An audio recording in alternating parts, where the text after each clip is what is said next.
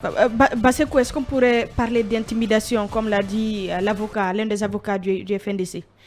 Mais c'est plus que de l'intimidation, parce que d'après toutes les explications qui ont été fournies par Khalil ici, trouver des motifs juridiques pour justifier la détention de Fonike Mengue et de ses compagnies à la maison centrale de Conakry, je pense pas qu'on est en train de rendre un bon service à la nation guinéenne. Je ne pense pas qu'on est en train de rendre service également au peuple de Guinée.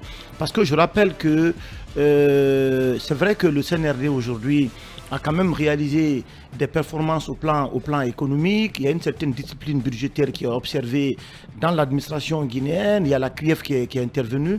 Mais il faut dire que les financements de certains projets en Guinée, et je rappelle à l'intention notamment du Premier ministre du CNRD, sont aussi conditionnés par les notations sur les questions liées aux droits humains. Et ça, c'est extrêmement important. Le Fonds monétaire international, la Banque mondiale et d'autres institutions ne peuvent intervenir en Guinée que si les principes liés aux libertés publiques, aux droits humains sont respectés. Or, aujourd'hui, ce qui est en train de se passer sur le terrain, nous constatons qu'il y a un recul net aujourd'hui de la question des droits de l'homme depuis l'arrivée du CNRD, les arrestations arbitraires, les interpellations continues. Mais Basseko, ce ne sont pas toutes ces déclarations qui vont intimider. Non, attendez, ce n'est pas. En fin de compte, ça ne donne pas grand-chose. Non, mais ce n'est pas. Mais si, ça peut donner grand-chose.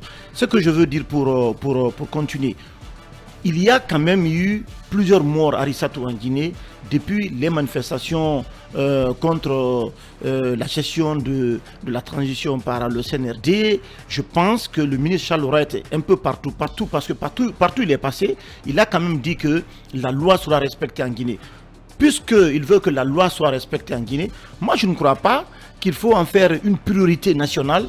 La détention, il faut justifier la détention de Fonike Mengue ici, alors que vous avez plusieurs personnes qui sont tombées par balle. On ne dit pas forcément que ce sont les officiers de police judiciaire, on ne dit pas forcément que ce sont les officiers de police et la gendarmerie qui sont responsables, mais je crois qu'il faut plutôt mener des enquêtes sérieuses pour essayer de déterminer dans quelles conditions ces personnes-là ont été tuées.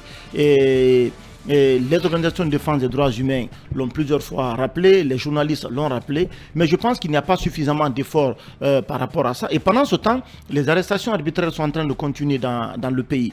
Je ne crois pas que ce soit une bonne idée de justifier au plan juridique la détention encore de Fonike Mengue ici, qui ont appelé à des manifestations contre notamment la façon dont le pays est géré par le CNRD. On est allé jusqu'à restreindre les libertés publiques. Parce que quand la gestion de la transition doit être, à mon avis, une gestion consensuelle. Donc ça implique que tous les acteurs politiques et tous les acteurs de la société civile puissent être impliqués. Mais lorsque vous prenez des décisions de façon unilatérale, donc qui n'implique pas la participation des autres, ils n'ont pas d'autre moyen que de faire recours notamment aux manifestations. Et ces manifestations-là, ce sont aussi l'expression quand même de certaines frustrations. Donc en bref, le CNRD doit regarder dans le rétroviseur pour voir aujourd'hui est-ce que les actes qui sont en train de poser aujourd'hui sont conformes, reflètent un peu, reflètent un peu la volonté du peuple de Guinée. Je crois qu'il y a beaucoup de défaillances dans leur gestion. Et le ministre Charles Oura est personnellement interpellé sur ces questions, parce que partout où il est passé à l'intérieur du pays, il a plutôt dit un peu partout que la loi sera respectée en Guinée. Je ne pense pas qu'il doit servir de bras armé, notamment au CNRD, pour pouvoir exécuter certaines décisions. Il y a des pressions politiques dans cette affaire, on le comprend bien.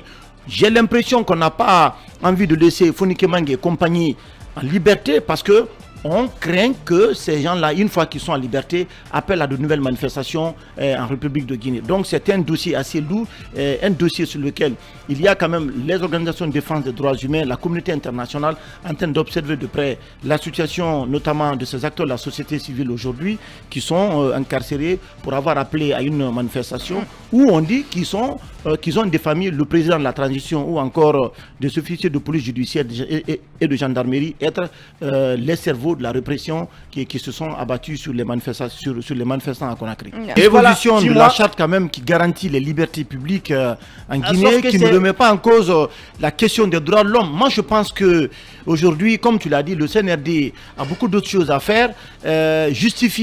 Évoquer des motifs juridiques pour justifier la détention de ces acteurs, voilà, le maintien de ces acteurs, la société civile en prison, je pense que ce n'est pas du tout une bonne chose. Nous devrons avancer, nous avons tellement de choses à construire. La réconciliation nationale, le dialogue national que nous voulons ne peut pas se construire en Guinée si des acteurs majeurs de la société civile et des politiques continuent aujourd'hui de rester en prison en renouvelant leur mandat de dépôt ou encore en justifiant ou en donnant des motifs pour les maintenir en prison. Je pense que si la justice n'a pas suffisamment de preuves, d'éléments de preuves contre Fonike Mangué et qui sont en prison depuis un peu plus de 7 mois, je pense simplement qu'il faut chercher à les libérer. Mais parce que tant que ces acteurs-là sont aujourd'hui en prison, parce qu'il faut rappeler que le FNDC est devenu un état d'esprit. Ce sont plusieurs acteurs de la société civile guinéenne, des citoyens qui se retrouvent aujourd'hui.